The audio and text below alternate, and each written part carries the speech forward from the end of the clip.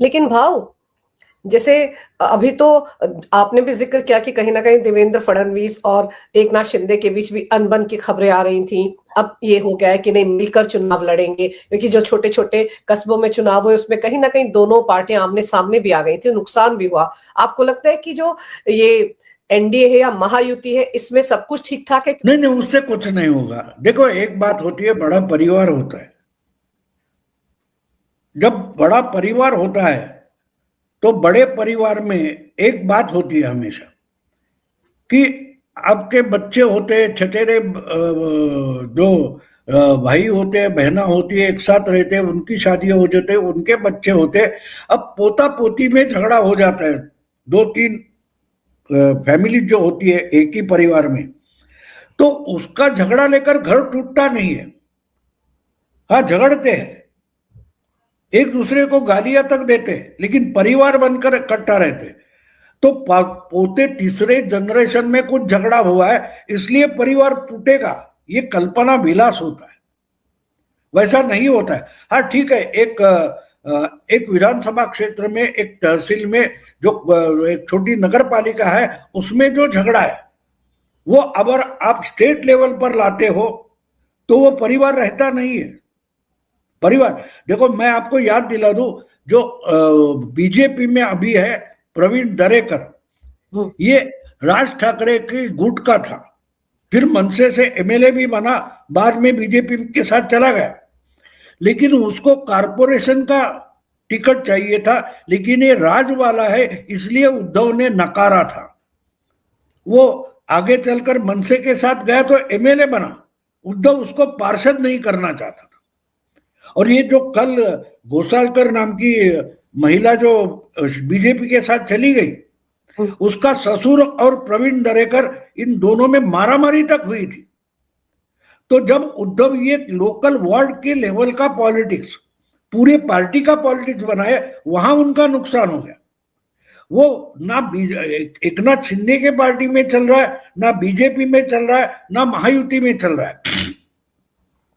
ये वार्ड का झगड़ा है, ये तहसील का झगड़ा है, ये जिले का झगड़ा है। वो झगड़ेंगे, बाद में इकट्ठा बैठेंगे, ये तय हुआ है। ये 3-3.5 महीने पहले देवेंद्र ने साफ साफ बोला है कि जहां युति नहीं रहेगी, सीट का बंटवारा नहीं हो सकता, गठबंधन नहीं हो सकता, वहां एक दूसरे से लड़ेंगे, कोई बात नहीं, एक दूसरे से लड़ेंगे। लेकिन नतीजे आने के बाद फिर से सत्ता में इकट्ठा बैठना है तो सिर्फ मंत्रालय में नहीं, उस नगर पालिका में एक दूसरे से लड़कर भी अगर मेजॉरिटी आती है तो लाएंगे। और ये जब एक दूसरे से लड़ते हैं तो उसका पॉलिटिक्स भी समझना जरूरी है। अगर एक गठबंधन की दो पार्टियां कुछ जगह एक दूसरे के साथ पूरे ताकत से लड़ती है तो वो दोनों के अपोजिशन की जगह स्पेस खा लेती है।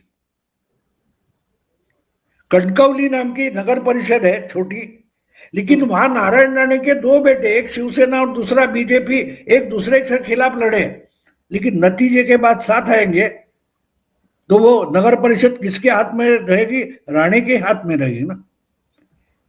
ये एनालिसिस करने वालों का दिमाग नहीं चलता। अरे ये शिवसेना है, वो बीजेपी है, दोनों एक दूसरे के गिरेबान पकड़े, कॉलर पकड़े हैं, इस पर जाते ही ये जर्नलिज्म है ही नहीं। ये समुद्र सतह पर देखते हैं, समुद्र समझना है तो गहराई तक जाना पड़ेगा, नीचे बिल्कुल ठंडा है। ये ऊपरी ऊपरी बातें हैं, जो ब्रेकिंग न्यूज होती है, खबरें होती है, खुलासे होते हैं, आरोप होते हैं, ये ऊपर ऊपर की उथल पुथल है। जब देवेंद्र बोलता है कि चुनाव के नतीजों के बाद इकट्ठे सत्ता में बैठना है तो खिलाफ लड़ो, लेकिन बाद में इकट्ठा आ जाओ। सत्ता हमारे हाथ में होनी चाहिए, मंत्रालय की हो या नगर पालिका की हो। ये ठीक है, पॉलिटिक्स कार्यकर्ता नहीं, लेकिन मुझे अजीब लगता है कि जो पत्रकार इस पर बातें करते हैं बड़ी बड़ी, ये तो गया, ये तो टूटा, मजाक उड़ा रखा है। ये है ही नहीं, ये बच्चे जैसे एक्साइट होकर उथल पुथल करना शुरू कर देते हैं। बिल्कुल इस ढंग का एनालिसिस चलता है। अभी देखो पूना में अगर दिल्ली मुंबई में साथ बैठे, लेकिन पूना हो या पिंपरी चिंचवड़ हो, ये दोनों जगह एनसीपी को हरा कर ही दोनों कॉरपोरेशन अगर बीजेपी ने जीते हैं तो वहां एक दूसरे के खिलाफ लड़ेंगे। लेकिन इसमें शिवसेना हो, उद्धव ठाकरे की शिवसेना हो या कांग्रेस को, उसको जगह बचती नहीं। अजीत दादा वर्सेस देवेंद्र, तो दोनों मिलकर आखिर में नतीजे के बाद उनकी ही मेजोरिटी होने वाली है। समझो बीजेपी फिर से ज्यादा आई लेकिन मेजोरिटी नहीं हुई तो बोले कि हम बड़े, भाई तेरे को डिप्यूटी मेयर करते, हमारा मेयर बनेगा। तो एक दूसरे के खिलाफ लड़ेंगे लेकिन सत्ता में एक साथ बैठेंगे। यही पॉलिटिक्स है जो आज के एनालिस्ट के दिमाग में नहीं आता। अब इसको क्या करें? तो ये जो तीसरी जनरेशन के कार्यकर्ताओं के झगड़े हैं, उस पर सरकार बनती नहीं ना टूटती है, ये हमें समझना जरूरी है। पर भाऊ, आपको बीएमसी को देखकर क्या लग रहा है? आप वहां पर किस तरह का गणित बन सकता है? क्योंकि मैंने जैसे शुरू में भी पूछा आपसे कि 25 साल तक तो शिवसेना का कब्जा रहा, उद्धव ठाकरे के लिए राह तो बहुत मुश्किल है ना, भले ही वो राज ठाकरे के साथ चला जाए। नहीं, एक बात है जो हो रहा है, वो जो मैं देख रहा हूं, बीजेपी सबसे बड़ी पार्टी बनकर उभरेगी। उद्धव और एकनाथ दोनों की संख्या एक जैसी रहेगी, लेकिन एकनाथ जबकि बीजेपी के साथ है तो बीजेपी का मेयर बनेगा, सत्ता बीजेपी और एकनाथ के साथ रहेगी। और इसमें मारे जाएंगे कौन? तो एनसीपी और कांग्रेस, उनकी जगह खत्म हो जाएगी। पैसे तो कांग्रेस लास्ट टाइम ही खत्म हो गई है, जो हमेशा शिवसेना से टक्कर देने वाली पार्टी थी, यानी जिनके शिवसेना से 10-15 कारपोरेटर कम होते थे, वो बहुत संख्या में कम हो गए, यानी उनको स्पेस ही बची नहीं, 27-30 पर आ गए। इसके बाद शायद 10-15 भी बचेंगे कि नहीं पता नहीं। एनसीपी का तो मुंबई आए कुछ नहीं, कुछ 8-10 आएंगे तो आएंगे, लेकिन एकनाथ, उद्धव और बीजेपी, ये तीनों में ही बीएमसी पूरी हो जाएगी।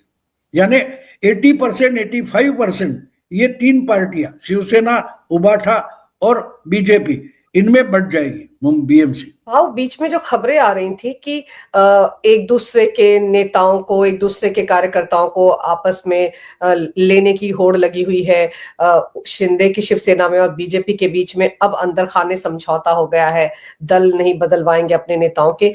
क्या सब कुछ ठीक है इस वक्त महायुति में? बिल्कुल ठीक है। मैंने आपको बोला ना, अभी बच्चे जो घर में है, तीसरे जनरेशन के, चौथे जनरेशन के, इनका झगड़ा होता है, लेकिन पहली जनरेशन के जो लोग होते हैं वो अपने अपने लिए थोड़ा इधर उधर हो जाता है, लेकिन सम्मान लेते हैं कि परिवार चलाना है। बच्चों के झगड़े में अगर बुजुर्ग चले जाए तो सब सत्यानाश हो जाता है।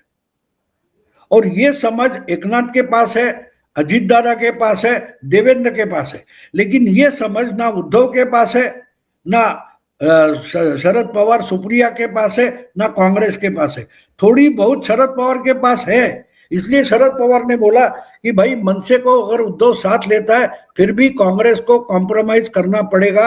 ये शरद पवार बुजुर्ग बोल रहा है, लेकिन सेकंड जनरेशन जो है कांग्रेस की, मुंबई की लीडरशिप हो, वो मानने को राजी नहीं है, तो टूटेगा, महाविकास आघाड़ी का गठबंधन टूटेगा। तो वो संभालना बीजेपी की जिम्मेदारी है नहीं ना, आपको संभालना पड़ेगा।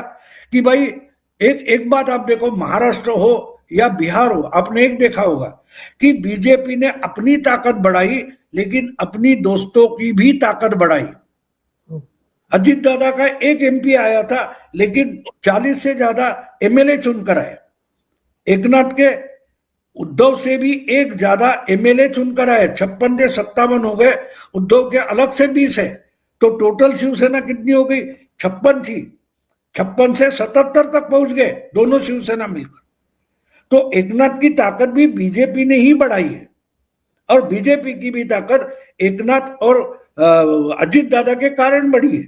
अगर 132 हाईएस्ट पर पहुंच गए तो ये समझ जिनके पास होती है उनको मालूम है कि भाई नीचे वाले कार्यकर्ताओं के झगड़े जो होते हैं उसकी खबरें बने बड़ी बड़ी बनाकर पेश की जाएगी, लेकिन उससे हमको कितना बहकना है या नहीं बहकना है, ये समझ जिसके पास होती है वो बड़ी पार्टियां चला सकते हैं और वो पार्टियां विस्तारित भी कर सकते हैं। क्योंकि सबसे बड़ी बात है कि जो बाजार गप होते हैं, बाजारों में चर्चा चलती है, उसके आधार पर कोई अपना कंपनी चलाने लगा तो कंपनी डूब जाएगी।